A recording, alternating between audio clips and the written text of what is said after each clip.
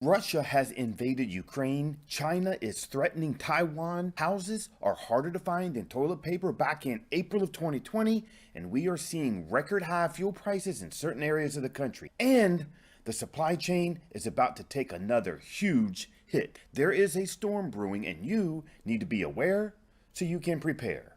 You don't want to miss this information-packed video where I share what impact the Russia-Ukraine conflict will have on your bank account, what's happening in the housing and mortgage markets, plus my favorite choice of taco for today. And we are getting started right now. Hello and welcome to the Taco Tuesday edition of Ask the Lender. This is your go-to channel for advice on improving credit scores, eliminating debt, plus housing market updates and mortgage advice.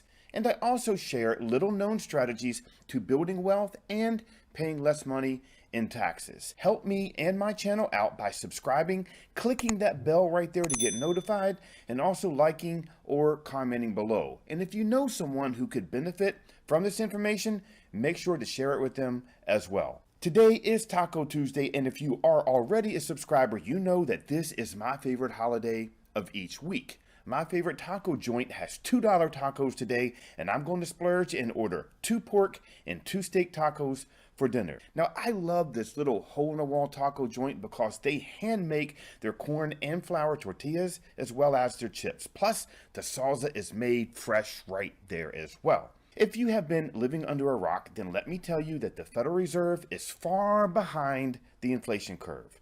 And as a result of this conflict between Russia and Ukraine, we will see inflation go even higher. The only way the Fed could get a hold on things is to raise the Fed funds rate 4 to 5%, which they definitely will not do, because doing so would certainly see the housing bubble pop and stock markets tanking. Instead, they are still on track for small 1/4 to 0.5% increases, most likely starting March 15th and 16th in a couple of weeks during their scheduled meeting. Once they meet, make sure to tune in as we discuss how the mortgage and housing markets will react. If you are in the market to purchase a new home, the impact of inflation on your finances will make paying a mortgage harder, as you will have less money left over after paying bills, buying groceries, and filling up your tank with gas. Make sure to stick around just a few minutes longer when I share what items you need to be stocking up on when you go to the grocery store. What is going on in Ukraine will soon be felt here in your bank account. Russia and Ukraine are both major exporters of items we rely on here in the United States. Both countries are the top exporters of vegetable oils, and Russia is the top exporter of wheat.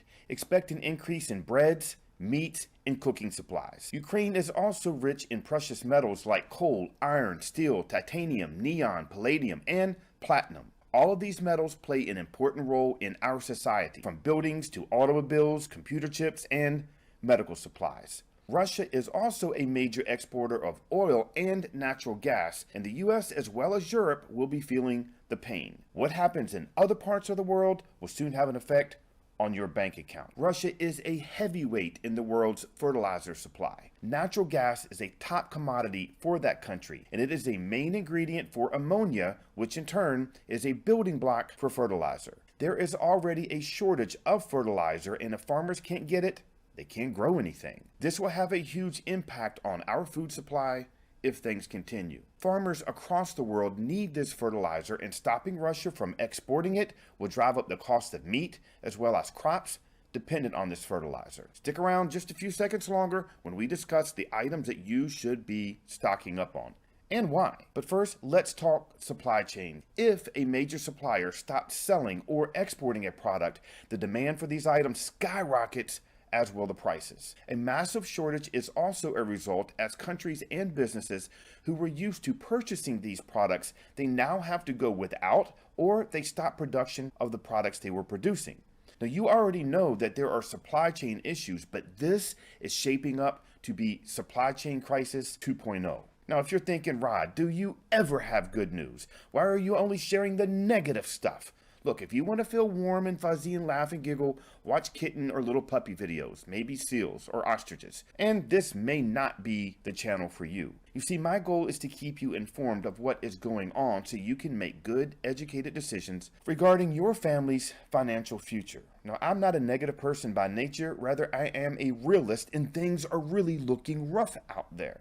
The truth is that the economies all across the globe are loosening or doing away with COVID restrictions. People all over the world are ready to move on with their lives. Spring is around the corner here in the US, and most Americans have been locked in their homes for 2 years, not traveling. And during that time, they saved up a lot of money. People will be spending this money, taking trips, traveling, and as a result, we could see a greater shortage than we saw last year. We are seeing near record high fuel prices in many areas and huge spikes in prices for lumber, steel, and natural gas. This is adding to the strain on everyone's household budget, and eventually those savings will be depleted. So let's talk about some items you should be stocking up on. Since the cost of everything is increasing and what you pay today may be the cheapest you will get it in the near future, first and the most obvious, canned goods, things like vegetables, soups, canned meats, things like that. Every time I go to the grocery store, I make sure to buy 2 to 3 extra cans of items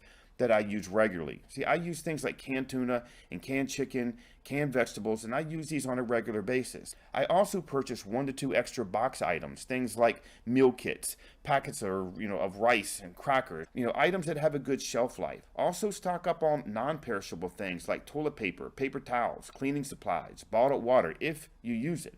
Now, I'm not saying to buy 10 packs of toilet paper like in 2020, but if you buy one, just grab another. Also consider growing a garden or doing some potted plants. You want to do some beans, tomatoes, cucumbers, peppers, and things like that. And also, if you have credit cards, I highly suggest that you pay them off.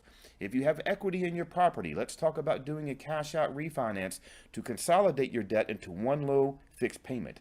And in some cases, you can even pay your mortgage off in half the time. So make sure to reach out to me. I created a video specifically about this, and you can check it out right here. With the Fed raising rates multiple times this year, your credit card payments will be increasing. So make sure to check out that video right here. Now, I hope you found this information helpful, so make sure to subscribe and click that bell, and also a like and a comment on this video really helps the algorithm push it out to more people as well. See you next time on Ask the Lender.